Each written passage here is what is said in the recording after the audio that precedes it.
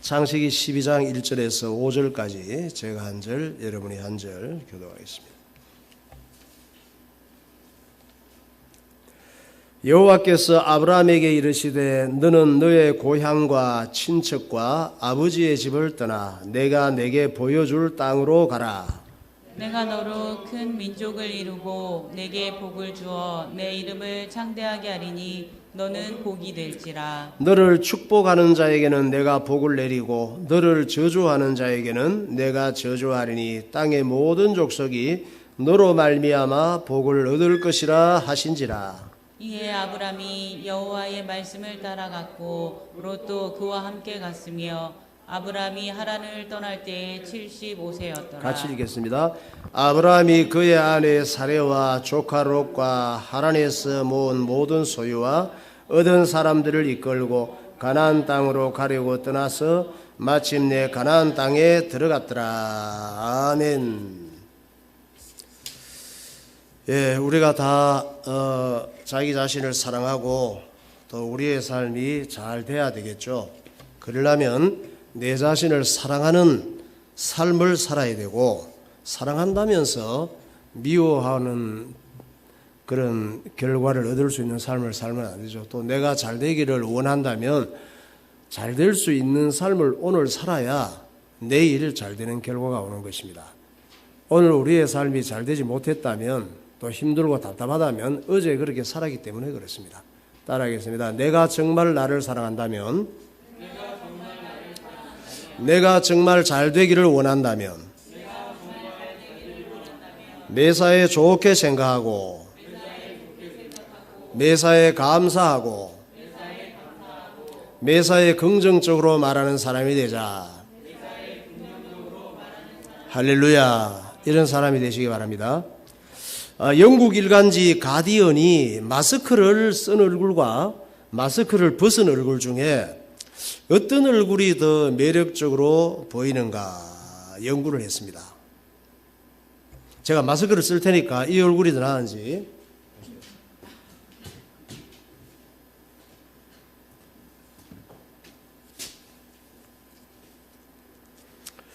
이게 더 나은지 속으로만 생각하세요.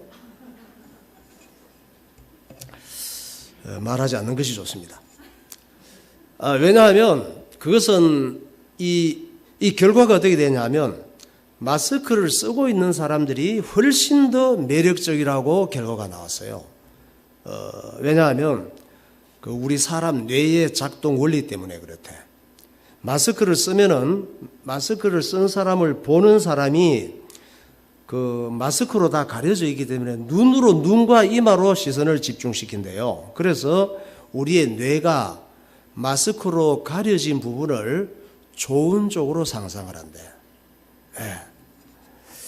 또 흰색 마스크보다 파란색 마스크가 더 매력적으로 느껴진대요.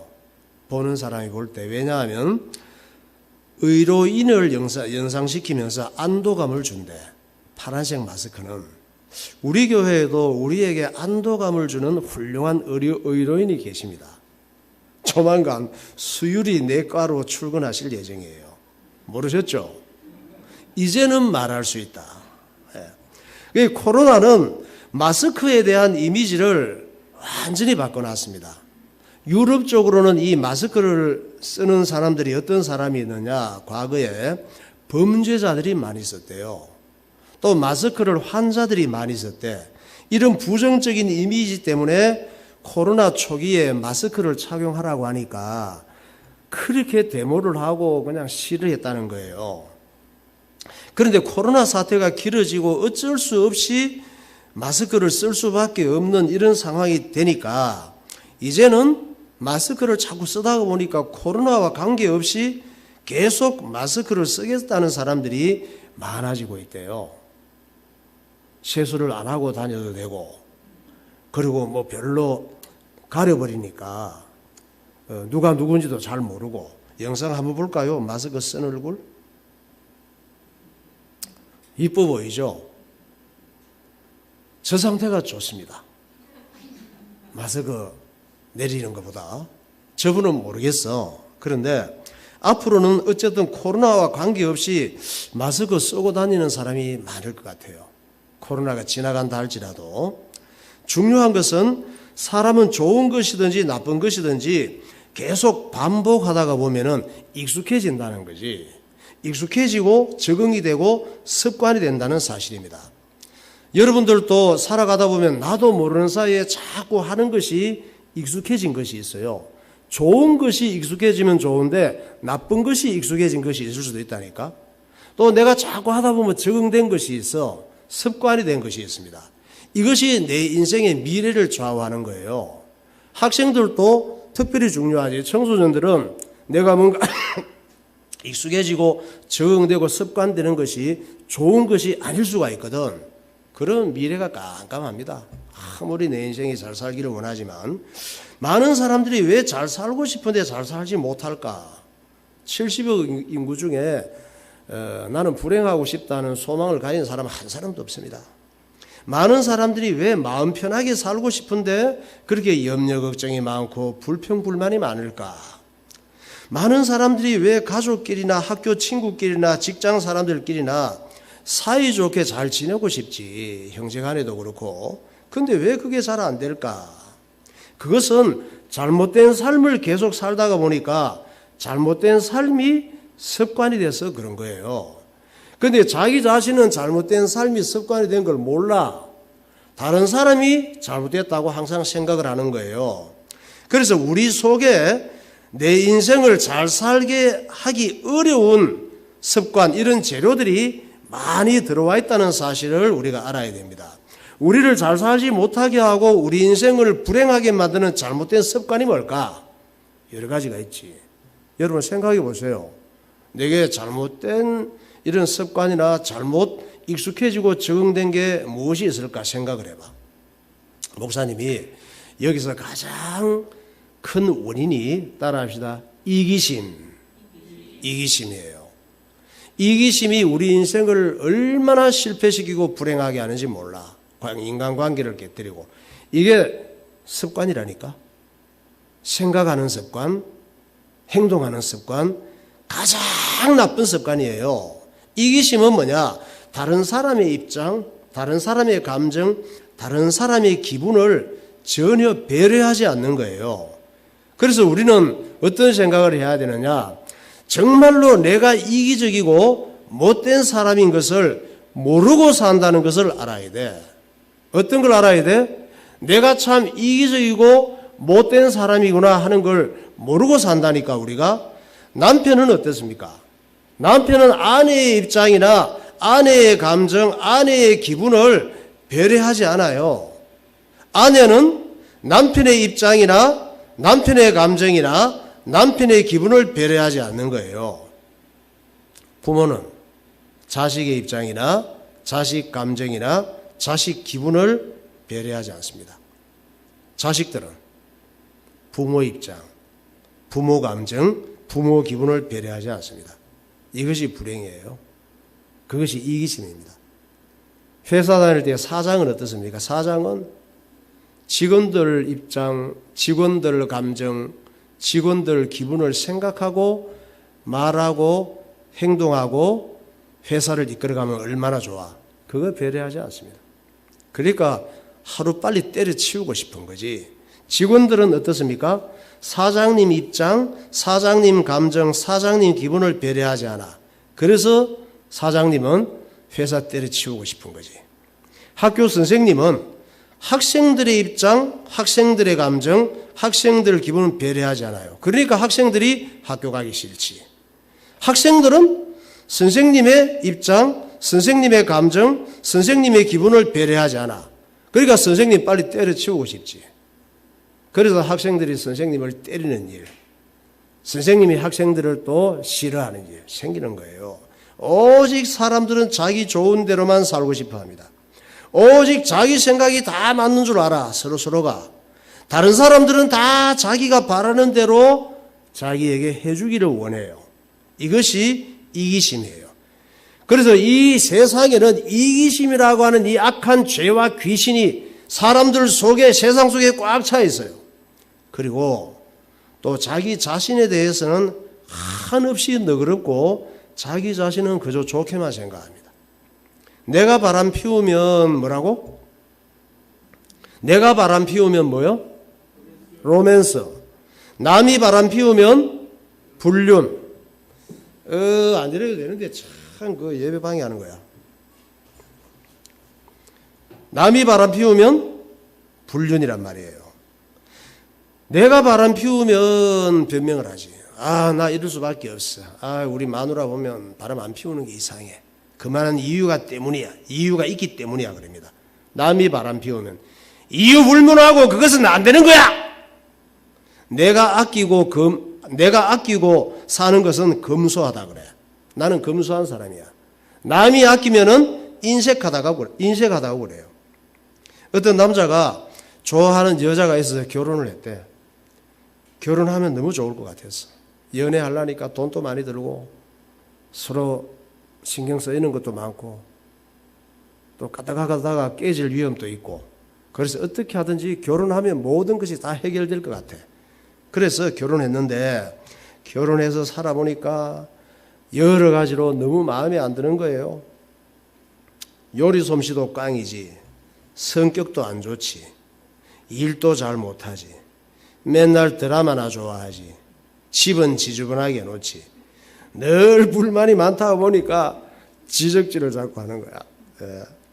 당신은 왜 그 모양이냐고, 왜 그렇게 답답하냐고. 하루는 아내가 정색을 하고 남편을 째려보더니, 야, 내가 그렇게 훌륭하고 괜찮은 여자면 왜 너 같은 놈하고 결혼했겠냐? 너는 뭐 그렇게 괜찮은 줄 아니? 그러더래요. 지난주 사모님께서 출근하시는데 전철에서 특별한 일이 있었대. 20대 초반으로 보이는 청년이 사모님 앞으로 오더래요. 우리 민규나 지우 같은 이런 청년이 사모님 앞으로 오더래. 그 많은 사람들 중에 사모님이 제일 만만해 보였는지 아니면 제일 착해 보였는지 오더래요. 오더니 먹을 거 있으면 좀 주세요 그러더래. 그래서 사모님이 보니까 사람이 너무 맥이 없고, 화면 치워주세요. 너무 맥이 없고 몰골이 너무 안쓰러워서 간식으로 싸간 고구마 사과를 건네줬대요. 목사님이 아침이 되면 늘 간식을 싸주거든. 그래서 건네주고 돈도 좀 주고 싶었어. 우리 지우하고 민규가 생각이 났던가 봐, 사모님이. 그래서 돈도 좀 주고 싶어서 지갑을 열어보니 현금이 없더라는 거야. 그 내가 그 소리 들으면서 현금이 참 다행히 없었구나. 농담이야. 설마 목사님이 그러겠니? 어쨌든 현금이 없더래요.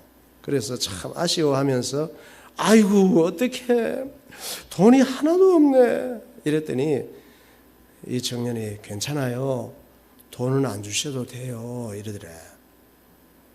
이런 경우 사람들이 그런 얘기하잖아. 아니 왜 사지 멀쩡한 젊은 애가 거지처럼 그러고 다닌데 어디 가서 알바라도 하면 되지. 알바할 때가 그래도 찾아보면 많은데 이렇게 말할 수 있잖아요. 그런데 그렇게 말하면 안 돼. 죄 짓는 거예요. 이 청년은 사지는 멀쩡하고 젊은 청년일지라도 정신이 멀쩡하지 않아요. 어디 가서 알바하고 취직해서 일할 만한 정신적인 에너지가 없는 거예요. 이 정신적 에너지가 완전히 방전이 된 상태야. 아무리 핸드폰이 삐까번떡 할지라도 보이지 않는 배터리가 방전이 되면 아무것도 안 나와. 화면에 뭘 보낼 힘이 없다니까. 사람도 마찬가지란 말이에요. 아마 그날 아침 그 청년은 사모님이 건네준 따뜻한 그 마음으로 건네준 고구마와 사모님이 지갑에서 돈을 주진 못했지만 정말 진심으로 돈을 찾는 모습을 보고 조금은 세상 살 희망을 가지고 마음의 온기를 느꼈을 것이다. 목사님이 그런 얘기를 했습니다. 아무리 20대 청년이라도 마음이 무너지고 살 용기를 잃을 수가 있어요. 이 청년이 이런 인생이 된 것은 목사님이 볼 때 99% 부모 문제라고 할 수 있습니다. 부모가 자식이 그 지경이 되도록 살았기 때문에 그렇단 말이에요. 부모 잘못 만난 결과가 그 청년이 그렇게 된 거야. 제가 부모로서 하는 얘기예요. 부모는 자식 인생의 디딤돌이 될 수도 있고 자식 인생을 망치는 거침돌이 될 수도 있어. 누가 부모가 거침돌이 되고 싶겠습니까? 그런데 거침돌이 되고 있으면서도 거침돌이 되는지를 몰라. 저는 자녀들이 셋이잖아요. 애들을 키우면서 살아보니까 또 목사잖아. 하나님 말씀을 깨닫고 성경을 연구하고 사람들을 상대하고 청소년 애들 상대하고 자라는 걸 보고 하면서 말 한마디가 얼마나 무서운가 하는 걸 깨닫습니다. 부모의 말 한마디, 농담 한마디가 자식 인생을 휙휙 달라지게 만들어. 이리도 가게 하고 저리도 가게 해. 한마디에 자식 인생이 힘을 얻고 확 힘을 얻고 세상을 나갈 수도 있고 말 한마디에 낙심하고 완전히 무너져 버릴 수도 있어. 그만큼 부모의 생각과 말이 중요하단 말이에요. 인생을 막 바꿔놔 버린다는 것. 동으로 바꾸고 서로 바꾸고 남으로 북으로 바꿔버려 말 한마디가. 그런데 그걸 몰라. 어떨 때 보면 아우 막 이럽니다 목사님. 아우 너무 몰라. 자식 인생을 망치는 거침돌 부모일수록 자기가 얼마나 어리석고 문제가 많은 부모인가를 모르고 큰소리치고 자기를 정당화시키죠. 어쩌겠습니까? 부모도 잘 사는 방법을 자기 부모에게 못 배웠는데 사람은 내가 배운 대로 살아갑니다. 내가 아는 대로만 살 뿐이에요. 사람은 만들어지는 거예요. 어떻게 배워야 되느냐? 어떻게 만들어져야 되느냐? 하나님 말씀으로, 할렐루야. 하나님 말씀으로 인생을 배워야 되고 하나님 말씀으로 가정을 어떻게 이끌어 가야 되고 하나님 말씀으로 자녀를 어떻게 키워야 되는지 배워야 된다니까. 그거 안 배우니까 거침돌이 되기 싫어도 거침돌이 되는 것이지.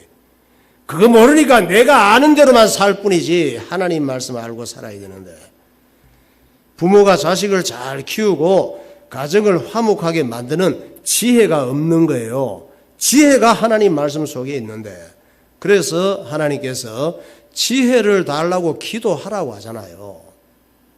우리 청년들과 청소년들은 부모가 될 거 아니야. 어떤 경우에는 우리 부모 보니까 나 뭐 결혼도 하기 싫어, 뭐 혼자 살 거야. 요새 나 혼자족, 나 홀로족이 그렇게 많아. 텔레비에도 나오고. 왜 그렇게 됐습니까? 혼자 사는 게 차라리 낫겠다는 인생의 결론을 가지기 때문에 그렇지. 잘못된 거예요. 세상 마귀 역사입니다. 그것이. 하나님께서 그래서 지혜를 달라고 기도하라고 하신 거예요. 야고보서 1장 5절. 너희 중에 누구든지 지혜가 부족하거든 모든 사람에게 후히 주시고 꾸짖지 아니하시는 하나님께 구하라. 그리하면 주시리라. 예. 지혜가 부족한 줄 알아야 되는데 지혜가 부족한지 한 줄 모를 정도로 지혜가 없어. 내가 지혜가 부족하면 하나님께 기도하는데 혼자 다 잘났어. 하나님께서 지혜가 부족한 걸 알고 네가 그것도 성경을 알아야 지혜가 부족한 줄이 나는데 성경 모르니 아무것도 몰라. 중요한 걸 몰라. 속 터져 죽는다니까. 지혜가 부족한 줄 알고 하나님께서 후히 주시고 꾸짖지 아닌 하나님께 구하라 그랬잖아요. 오늘 예배 드리는 시간이 지혜를 구하는 시간. 할렐루야. 하나님 말씀 듣는 시간이 지혜를 구하는 시간. 기도하는 것이 지혜를 구하는 시간이에요. 하나님의 지혜가 필요하다 그러잖아. 우리가 이 세상을 살아갈 때에 내가 정말 잘 살고 싶고 마음 편하게 살고 싶고 다른 사람과 사이좋게 살고 싶고 가정이 화목하고 자식들을 잘 키우는 부모가 되고 싶다면 특별히 우리 학생들과 청년들 하나님 말씀을 잘 듣고 하나님께 지혜를 구하고 기도하는 사람이 되시기를 예수 이름으로 축원합니다. 디모데후서 3장 15절. 또 어려서부터 성경을 알았나니 성경은 능히 너로 하여금 그리스도 예수 안에 있는 믿음으로 말미암아 구원에 이르는 지혜가 있게 하느니라.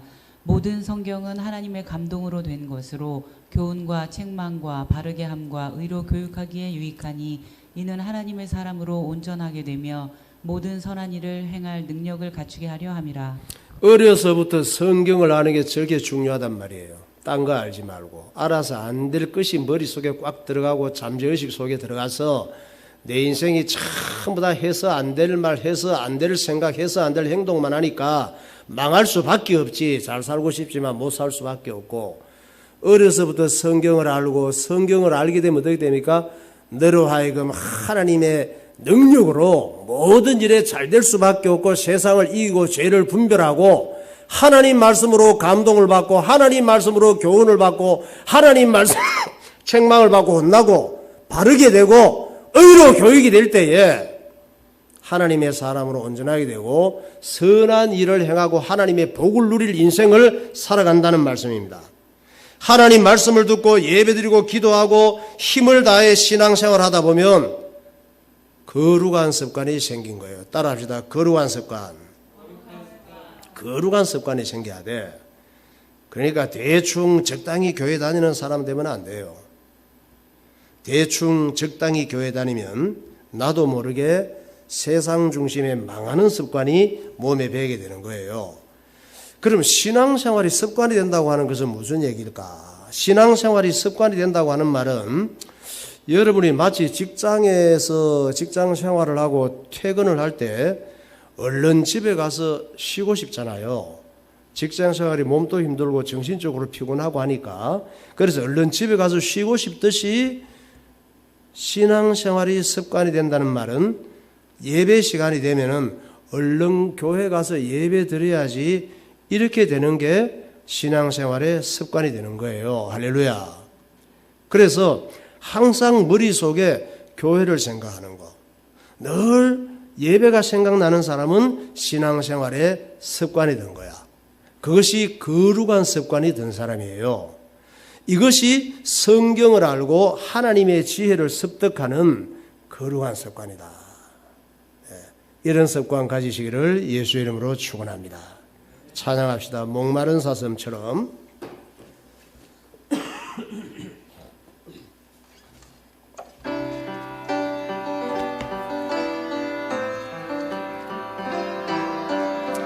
내 영혼이 주를 찾아야 되겠습니다.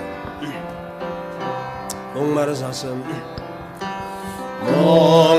목마른 사슴치네 물을 찾아 헤매이듯이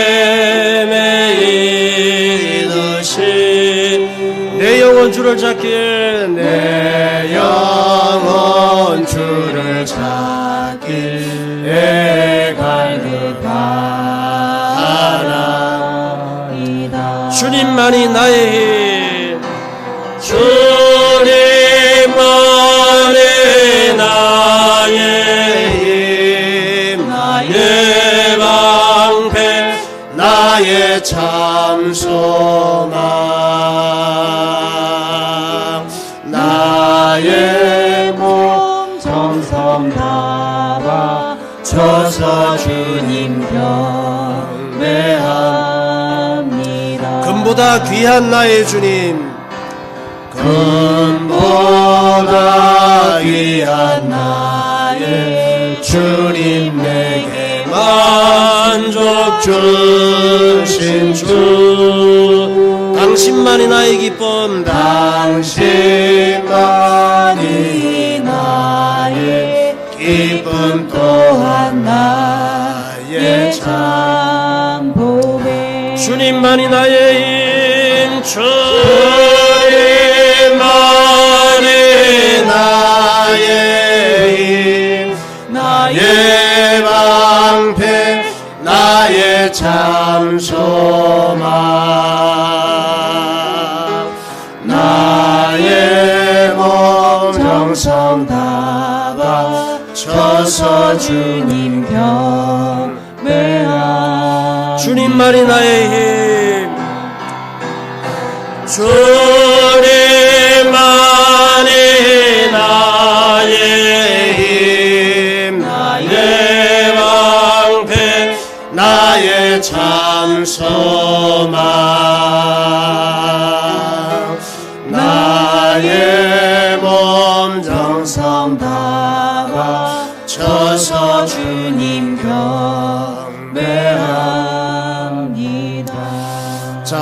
우리 교회 공동체 성경 읽기가 다시 창세기부터 시작되고 있습니다. 창세기를 기록한 사람은 누구냐?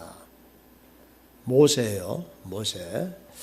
모세는 애굽이라고 하는 나라, 지금은 애굽이라고 하는 나라가 이름이 뭐냐? 이집트예요. 이집트가 고대 시대의 이름은 애굽이어서 이 애굽의 왕자였단 말이에요, 모세가. 그리고 출애굽의 지도자야. BC 1440년경. BC는 뭡니까? 기원전. AD는 기원후. 기원전과 기원후를 보고 역사라 그러죠. 역사를 뭐라고 한다고? 히스토리. 영어로는. 히스토리는 무슨 말이냐? 그분의 이야기, 예수님의 이야기가 역사예요. 히스토리, 예수님이 오시기 전에를 BC라 그래. Before Christ. AD는 예수님 오신 이후에 하나님의 세계. 말씀이 성취되는 것을 AD라고 그래. 이 예수님의 이야기 역사에서 자유로울 수 있는 사람, 관계없는 사람 하나도 없단 말이에요. 그런데 BC 1440년경에 이스라엘 백성들이 이 이집트 애굽에서 400년 동안 종노릇 했었거든. 이때에 모세를 하나님께서 보내서 애굽에서 해방을 시켜주신 거예요. 우리나라는 일본 36년간 식민지에서 언제 해방됐습니까? 1922년? 2022년에 해방됐나? 1945년 몇 월? 2월 13일? 8월 15일 날 해방이 됐잖아. 그런데 이스라엘 백성들은 BC 1440년경에 모세를 통해서 해방을 얻게 됐단 말이에요. 그 당시 애굽은 어떤 나라냐? 세계 최고의 강대국이었어. 오늘날의 세계 초강대국은 미국보다 더 대단한 나라였습니다. 그런데 모세가 믿는다는 하나님이 그 애굽을 10가지 재앙으로 박살을 내버렸어. 이스라엘 백성들을 해방시켜 주신 거예요. 이때 이스라엘 백성들은 애굽에서 해방을 받았지만은 우리가 도대체 누구지? 모세 저 양반은 도대체 어떤 사람이지? 왜 우리를 또 광야로 끌어내? 애굽에서 종노릇 하지만 그래도 밥은 먹고 살았는데 왜 광야에 나와서 이 고생시키지? 도대체 모든 게 이해가 안 됐단 말이에요. 그리고 애굽에서 해방은 되지만 정신이 하나도 없어서 그래서 당시에 세계 최고의 왕궁 교육을 받은 모세는 애굽의 왕자였기 때문에 세계 최고의 무술과 지식과 서술하는 능력과 역사를 모든 이 문헌들을 다 배우고 알고 있는 사람이란 말이에요. 세계 최고의 왕궁 교육을 받은 모세가 세계적인 역사 문헌을 수집하고 하나님의 감동을 따라서 하나님에 대해서, 아브라함에 대해서, 이스라엘 백성들에 대해서 올바르게 출애굽한 이스라엘 백성들에게 알리기 위해서 창세기를 쓴 거예요. 그래서 이 창세기 성경이 뭐냐? 이스라엘 백성들과 모든 예수 믿는 하나님 백성들의 교과서예요. 그래서 이 창세기에는 4대 사건과 4대 인물을 소개하고 있어. 여러분 굉장히 중요합니다. 수능에 나올지 몰라. 창세기는 뭐라고? 4대 사건과 4대 인물을 소개하고 있는데 1장에서 11장까지는 일반 역사예요. 전 세계 인류 메소포타미아 문명, 강사이의 문명이라 그래. 이 4대 사건이 창조와 타락과 홍수와 바벨탑 사건. 이건 일반 역사예요. 그때까지는 인류의 일반 역사.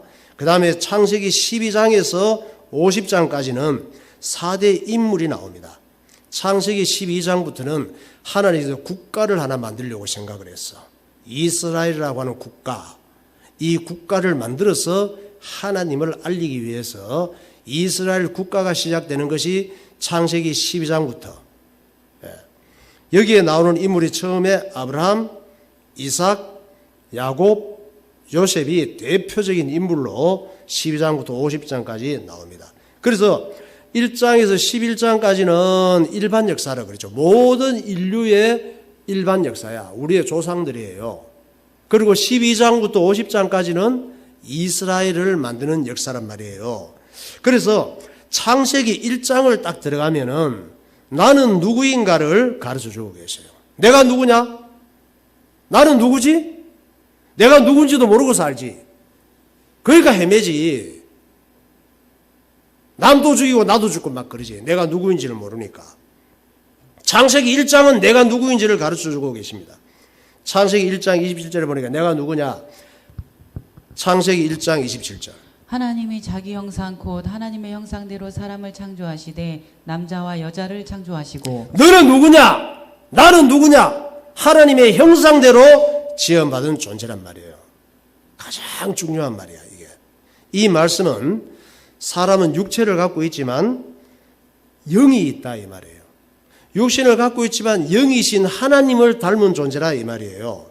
그러므로 사람은 남과 서로 비교하면 안 돼. 비교하거나 다른 사람을 무시하거나 이러면 안 돼요. 그거는 하나님을 무시하는 짓이야. 그리고 내 상황과 내 현실이 아무리 안 좋을지라도 열등감에 빠지거나 낙심할 필요도 없어. 왜? 나를 있게 하신 분은 하나님이시기 때문에. 할렐루야. 우리 한 사람 한 사람이 다 하나님의 작품이에요. 하나님께서 우리의 생명을 있게 하셨단 말이에요. 5손가락이 자기 자랑을 하는 우화가 있습니다. 영상 봅시다. 손. 네, 저 손가락 보세요. 5손가락이 자랑을 하는데 저 첫째 손가락이 자랑을 했습니다. 내가 엄지니까 최고야 그랬습니다. 그런데 둘째가 있다가 무언가를 가리킬 때는 내가 제일 많이 사용해. 그러니까 내가 최고야 그랬습니다. 세 번째가 얘기를 해요. 세 번째가 나 지금 설명하기 이게 사람 욕할 때 막 이러잖아. 그런 게 아니고 세 번째 손가락. 셋째가 그렇지만 첫째, 둘째가 이놈하고 이놈이 자랑하니까 이제 이놈이 얘기를 하는 거예요. 셋째가 그렇지만 나란히 놓고 키를 재봐. 내가 제일 키 커. 이렇게 자랑을 했습니다. 그런데 이제 네 번째가 야, 약혼하고 결혼하고 사람들이 귀중한 약속을 할 때는 항상 귀한 반지를 내 손가락에 끼워. 그러니까 내가 최고야 그랬습니다. 이놈은 뭐야 그러면? 5째 손가락은 뭐가 자랑을 해야 되잖아요. 우리 사람들 중에도 5째 손가락 같은 사람들이 있거든. 그러더니 5째 손가락도 할 말이 있어서 야 이마들아 잘 들어. 나 없으면 너희들 다 병신이야 그랬대. 그렇잖아요. 아무리 자랑해도 이놈 없어도 다 병신이 되는 거야. 이게 손가락 병신이 되는 거예요. 그러니까 누가 제일 중요해? 5손가락 이게 제일 중요해. 이거 없으면 다 병신 되는 거야. 아무리 자랑하고 1등 해봤자 뭐해. 여러분 자동차는 부품 종류가 3만 개나 된대요. 그런데 우리가 알고 있는 건 몇 개 안 되잖아. 자동차 운전할 때 뭐 몇 개 안 쓰잖아요. 그런데 3만여 개의 부품이 필요 없는 게 하나도 없대요. 같은 것도 한 개도 없대. 다 다르고 다 필요하대요. 지구 70억 인구 중에 필요 없는 사람은 단 한 사람도 없어. 다 하나님께서 귀한 작품으로 만든 존재인 줄 믿으시기 바랍니다. 중요한 것은 하나님의 형상을 닮은 사람은 어떻게 살아야 행복한가? 이게 중요하지. 어떻게 살아야 행복한지를 모르면 잘 살 수가 없어. 그래서 우리가 모르기 때문에 예수님께서 가르쳐 주신 거예요. 어떻게 하면 잘 살 수 있는지. 마태복음 4장 4절. 예수께서 대답하여 이르시되 기록되었으되 사람이 떡으로만 살 것이 아니요 하나님의 입으로부터 나오는 모든 말씀으로 살 것이라 하였느니라 하시니. 어떻게 하면 잘 살아요? 사람이 떡만 갖고 돈만 갖고 대학만 가지고 직장 가지고 뭐 좋은 사람 만나 잘 살 수 있는 게 아니야. 하나님의 입으로 나오는 모든 말씀으로. 왜? 사람은 영적인 존재이기 때문에, 정신적인 존재이기 때문에 그렇단 말이에요. 문제는 사람들이 하나님 말씀 없이도 잘 살 수 있다고 생각하는 거예요. 아, 하나님 말씀 뭐 필요해? 하나님 말씀 필요 없어. 나는 내가 열심히 살아도 잘 살 수 있어. 나 능력 있어. 스카이 대학 나왔어. 대기업 다녀. 하나님 필요 없어. 이렇게 생각하는 게 문제죠.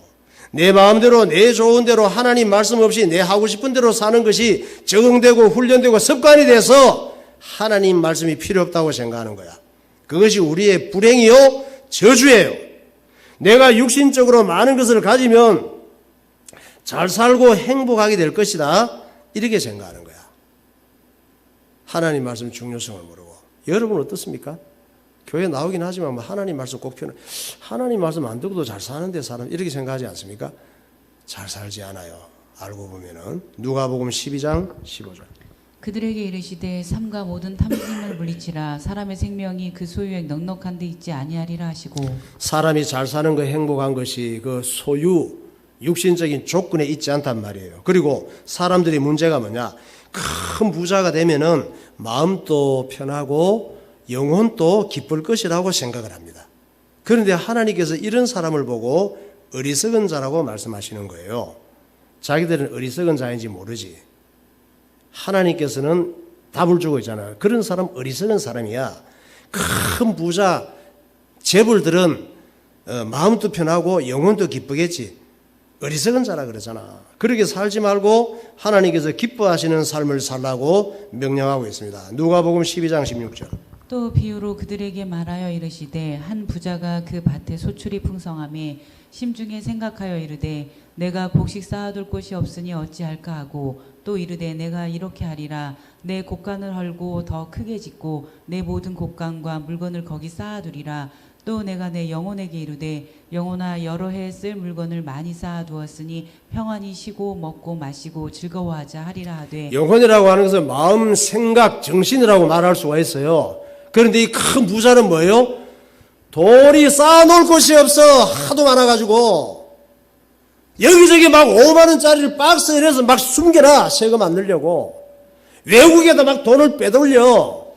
이 집 짓고 저 집 지어서 막 고가리다가 그때 돈이란 말이에요. 곡식들이. 그 당시에는 사업을 해서 재벌이야 재벌.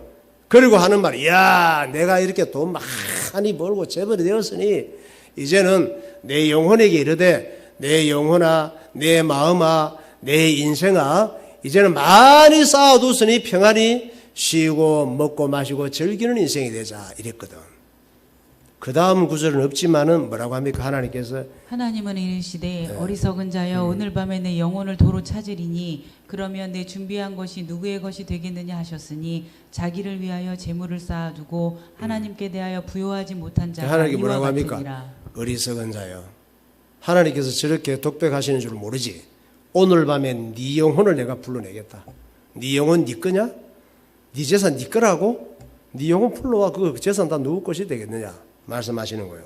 그러니까 우리는 삶의 방향을 바꿔야 돼. 유턴해야 되는 거예요. 내 중심에서 하나님 중심으로. 할렐루야. 세상에서 교회로, 육신을 위한 투자에서 영혼을 위한 투자로 유턴해야 돼. 사람들이 이걸 못하지.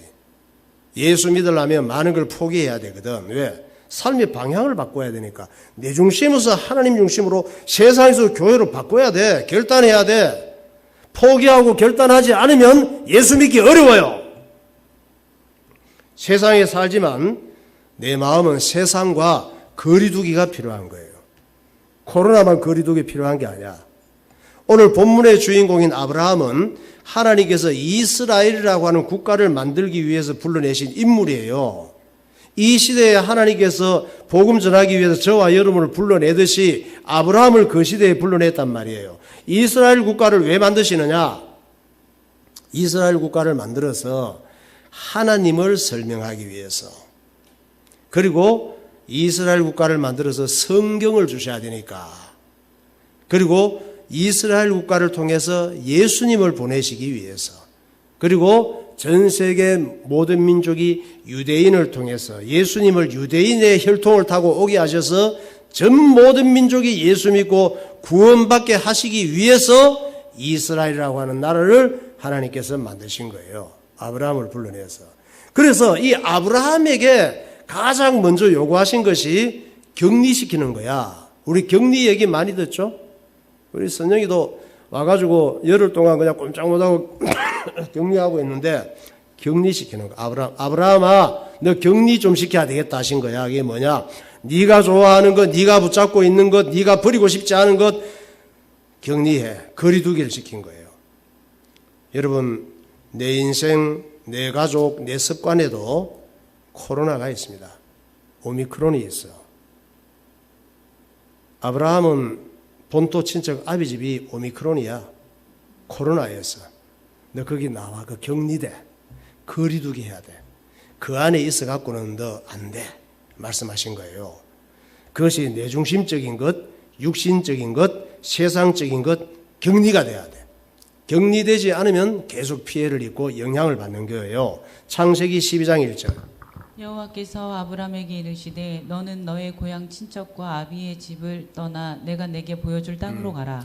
고향 친척 아비 집에서 격리되려면 거리두기 하려면 얼마나 힘듭니까? 거기에 모든 사업도 있고 먹고 살 거 미래 뭐 좋은 게 다 들어있는데, 근데 그것 때문에 우상 섬기는 자리에서 빠져나올 수 없으니까 격리되라고 하는 거야. 그리고 새로운 것을 좋아하고 새로운 것을 붙잡고 하나님 주시는 새로운 것에 적응을 하고 새로운 것에 익숙해지고 습관을 들이라 말씀하시는 거예요. 창세기 12장 2절. 내가 너로 큰 민족을 이루고 내게 복을 주어 내 이름을 창대하게 하리니 너는 복이 될지라. 너를 축복하는 자에게는 내가 복을 내리고 너를 저주하는 자에게는 내가 저주하리니 땅의 모든 족속이 너로 말미암아 복을 얻을 것이라 하신지라. 이에 아브람이 여호와의 말씀을 따라갔고 롯도 그와 함께 갔으며 아브람이 하란을 떠날 때에 75세였더라. 아브라함이 본토 친척 아비 집과 격리되어서 거리두기를 해서 가나안 땅으로 가라고 하는 거예요. 가나안 땅이 예수님 오실 땅, 하나님 말씀이 이루어질 땅, 앞으로 이스라엘이라고 하는 나라를 만들 땅, 오늘날 이스라엘이 바로 그 나라란 말이에요. 저와 여러분들은 어디에서 격리돼야 됩니까? 우리도 본토 친척 아비를 떠나서 가나안으로 와야 돼. 가나안이 교회야. 가나안이 예수님의 말씀이 선포되는 교회가 저와 여러분의 가나안. 할렐루야. 모든 것을 버리고 포기하고 떠나서 가나안에 와서 은혜 받고 하나님의 복을 받으면은 그 다음에 내 가정과 본토 친척 아비 집이 다 살아나는 거예요. 아브라함이 고향 친척 아비 집을 떠나고 하나님 말씀을 순종하기까지는 많은 갈등과 시간이 필요했습니다. 금방 뚝딱 되는 것이 아니에요. 하란에서 15년이나 얼쩡거리고 고민하고 갈등하고 또 아버지가 돌아가시고 조카 롯을 같이 데리고 나오고 하나님 말씀을 순종하긴 순종하는데 적당히 순종했단 말이에요. 처음에는. 믿음이 처음부터 잘 좋게 되는 게 아니야. 사람이 다 그렇습니다. 처음부터 다 잘할 수는 없어. 조금씩 변화되는 거예요. 목사님과 여러분들도 조금씩 변화되고 있는 줄 믿으시기 바랍니다. 그런데 하나님께서 아브라함을 끝까지 기다리시고 보호하시고 인도하셔서 기어이 아브라함을 온전히 순종하는 믿음의 조상이 되도록 만들어 가신 것입니다. 그래서 아브라함은 모든 그리스도인의 롤 모델이에요. 날마다 하나님 말씀을 우리가 순종하며 살겠다고 마음먹고 결단할 때에 조금씩 한 걸음씩 그리스도인답게 되어가는 것입니다. 하나님께서 우리의 삶을 복되게 하시고 눈동자같이 보호하시고 책임지시고 잘되게 하실 줄 믿으시기 바랍니다. 네, 기도하겠습니다.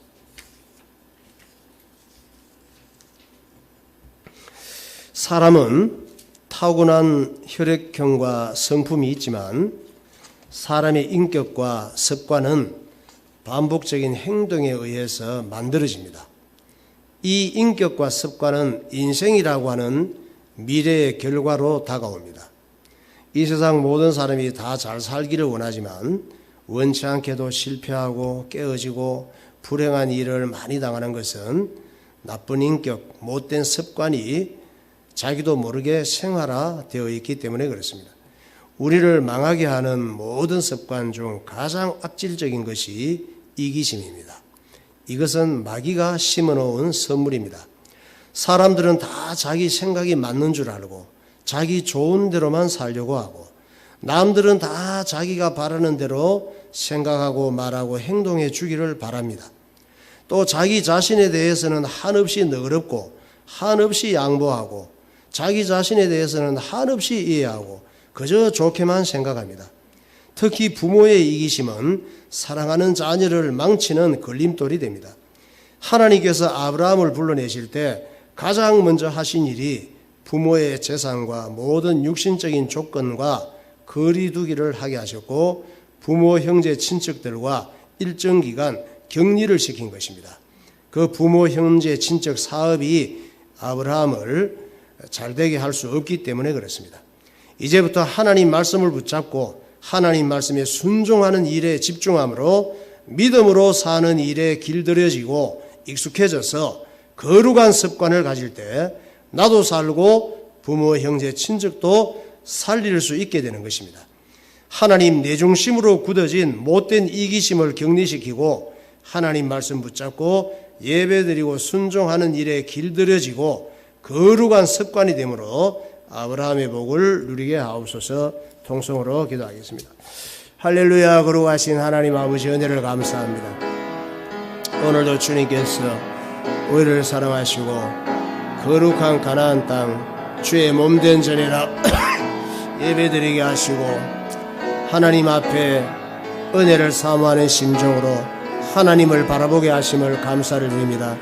이것이 거룩한 습관이 되게 하여 주시고 세상에 살아가면서 익혀지고 적응되고 길들여진 것들이 물러가게 하여 주시고 새로운 인생이 되게 하시고 하나님의 복을 누리게 하여 주시고 우리 인생을 실패하고 불행하게 하고 병들게 하는 악한 것들이 다 물러가 하나님을 영화롭게 하며 승리하는 축복의 삶이 열려지게 하여 주옵소서.